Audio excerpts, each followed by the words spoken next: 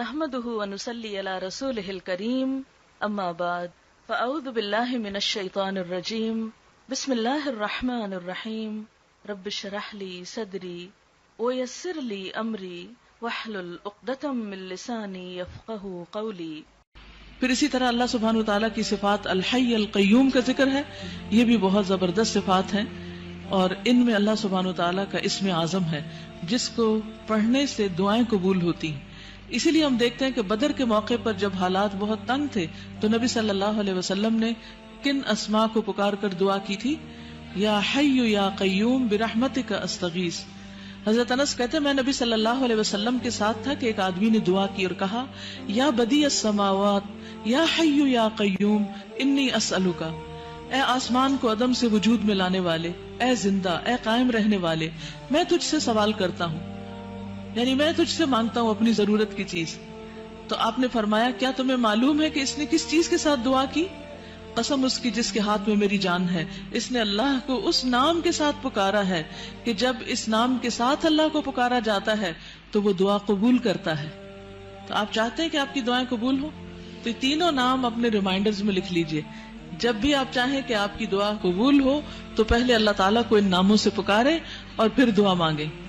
قیامت کے دن جب لوگ جنت میں چلے جائیں گے تو جمعے کے دن اللہ تعالیٰ اعلیٰ علیین سے اپنی کرسی پر نزول فرمائیں گے، پھر اللہ تعالیٰ کرسی کو نور کے ممبروں سے گھیر دیں گے، یعنی کرسی کے ارد گرد کیا ہوں گے؟ نور کے ممبر، نبی آئیں گے یہاں تک کہ اس پر بیٹھ جائیں گے نور کے ممبروں پر، پھر اللہ تعالیٰ ممبروں کو کرسیوں سے گھیریں گے، صدیق اور شہداء آئیں گے یہاں تک کہ وہ ان پر بیٹھ جائیں گے، پھر اللہ تعالیٰ اپنی کرسی پر چڑھیں گے، اس کے ساتھ شہداء اور صدیق بھی چڑھیں گے۔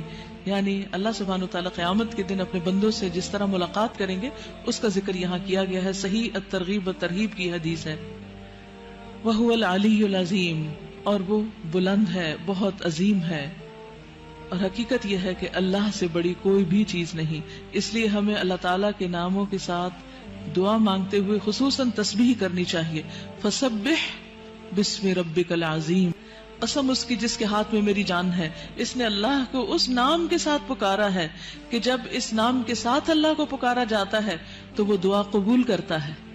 تو آپ چاہتے ہیں کہ آپ کی دعائیں قبول ہوں تو یہ تینوں نام اپنے ریمائنڈرز میں لکھ لیجئے۔ جب بھی آپ چاہیں کہ آپ کی دعا قبول ہو تو پہلے اللہ تعالیٰ کو ان ناموں سے پکارے اور پھر دعا مانگے۔